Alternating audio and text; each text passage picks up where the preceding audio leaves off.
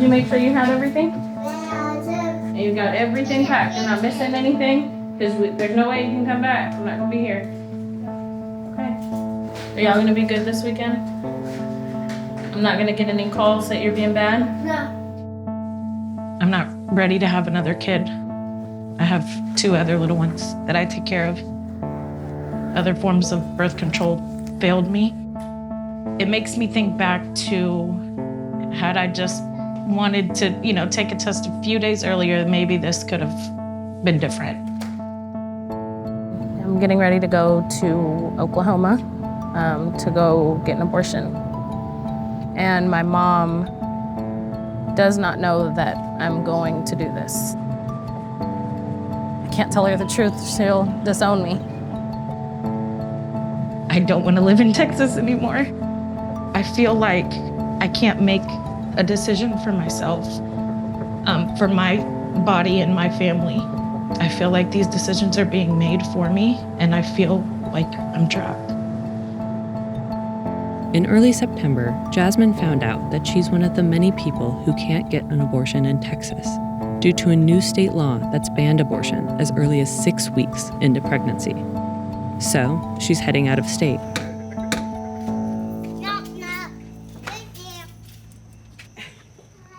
Hi, Grandma. Why are you sad? Talk to me. What's wrong? We're sitting outside Jasmine's mom's house right now. Jasmine is dropping off her kids, and it sounds like they don't want her to go. What's wrong? What's wrong? Any other time, you're okay with me leaving. You're okay.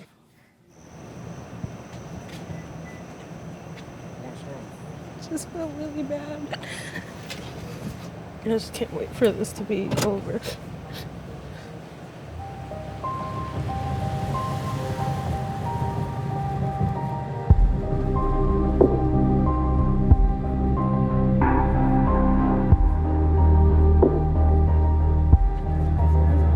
I wish I knew where the I was going. Texas wants to be a bitch. Like, why am I having to go to Oklahoma? That shit is stupid as fuck. I had my period. Like, that's what's... And, like, Alex, imagine if I didn't take that test. Imagine. I would have never fucking known. And that's what pisses me off. Like, bro, I should be able to make that decision, not y'all. Y'all aren't the ones carrying the fucking thing. Y'all aren't the ones that are having to deal with my life and deal with what I got going on. I did what I needed to do.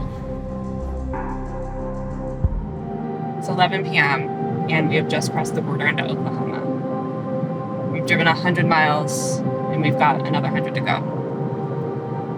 This is the journey that countless people are now taking as they leave Texas in search of out-of-state abortions. This ban is reshaping abortion access across the country. While Jasmine is heading to Oklahoma, Texan abortion patients have traveled to states like New Mexico, Kansas, and Colorado. Some have trekked more than 1,000 miles. Abortion clinics are struggling to handle the influx.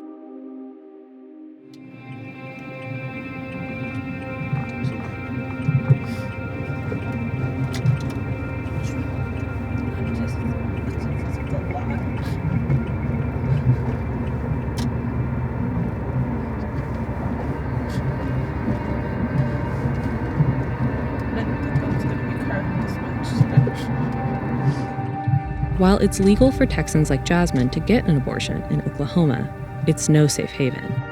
Patients must undergo counseling, remote or in person, and then wait 72 hours before getting an abortion. I'm about to go in. Okay, let me talk to them really quick before I go. Hi, baby. I love you. I know, baby. I'll see you soon, okay? It's okay. I love you. I love you. In August, the Trust Women Abortion Clinic in Oklahoma City saw 11 patients from Texas. In September, the month the ban went into effect, it saw 127. How has your work in Oklahoma changed since then? Well, now we're seeing a lot of people coming from Texas.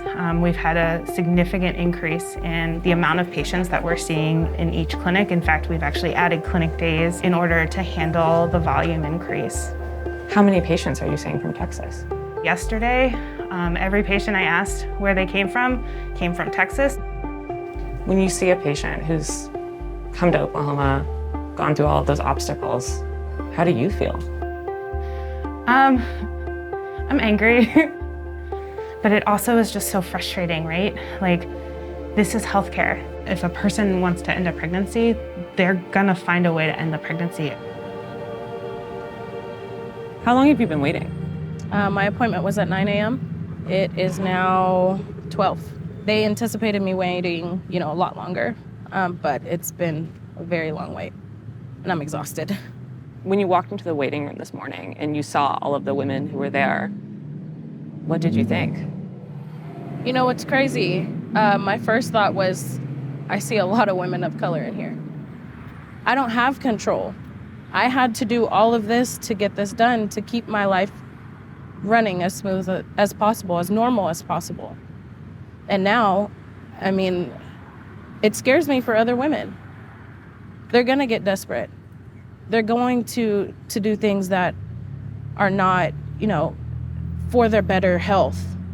They're gonna look into illegal ways of getting abortions. I'm getting a phone call. I think it's the clinic, actually. Do you want to take it? Yeah. Hello? Yes. Okay, I'm on my way in. Thank you.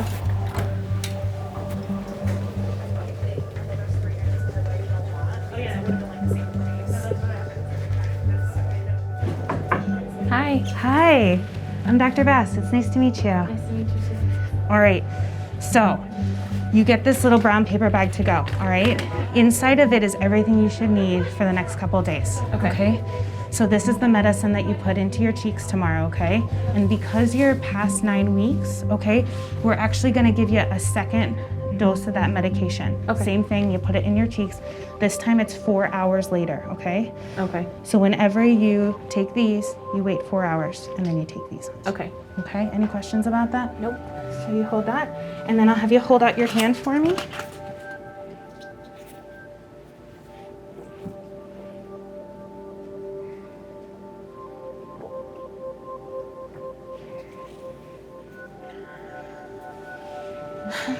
This abortion, that is, this pill and follow-up doses, cost Jasmine $650. That's not Jasmine's only expense. Gas cost $50. Getting her car serviced took another $210. A night at a hotel cost $150. So did food and toiletries. She paid her mom $70 for childcare. To cover all those costs, Jasmine took out a loan. The fate of the Texas abortion ban is now up to the courts.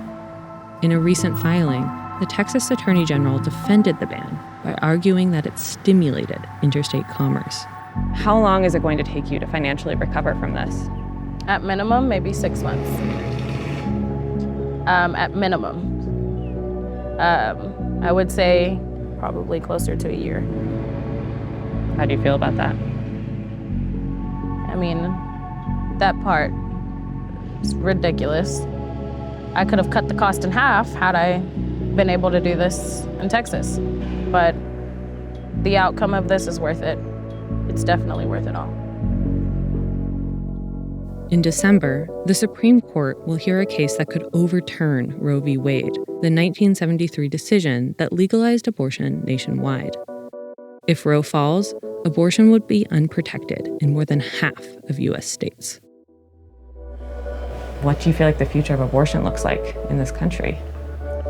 I think what we are going to end up doing is relying very strongly on states that have state protection for abortion. Many people are going to be in areas where getting an abortion would require multiple days in a car or a flight. We're going to have a country where, depending on where you live, is going to depend on what kind of health care you can access. And we already have that now, and we're just worsening it by doing this and by creating all these restrictions.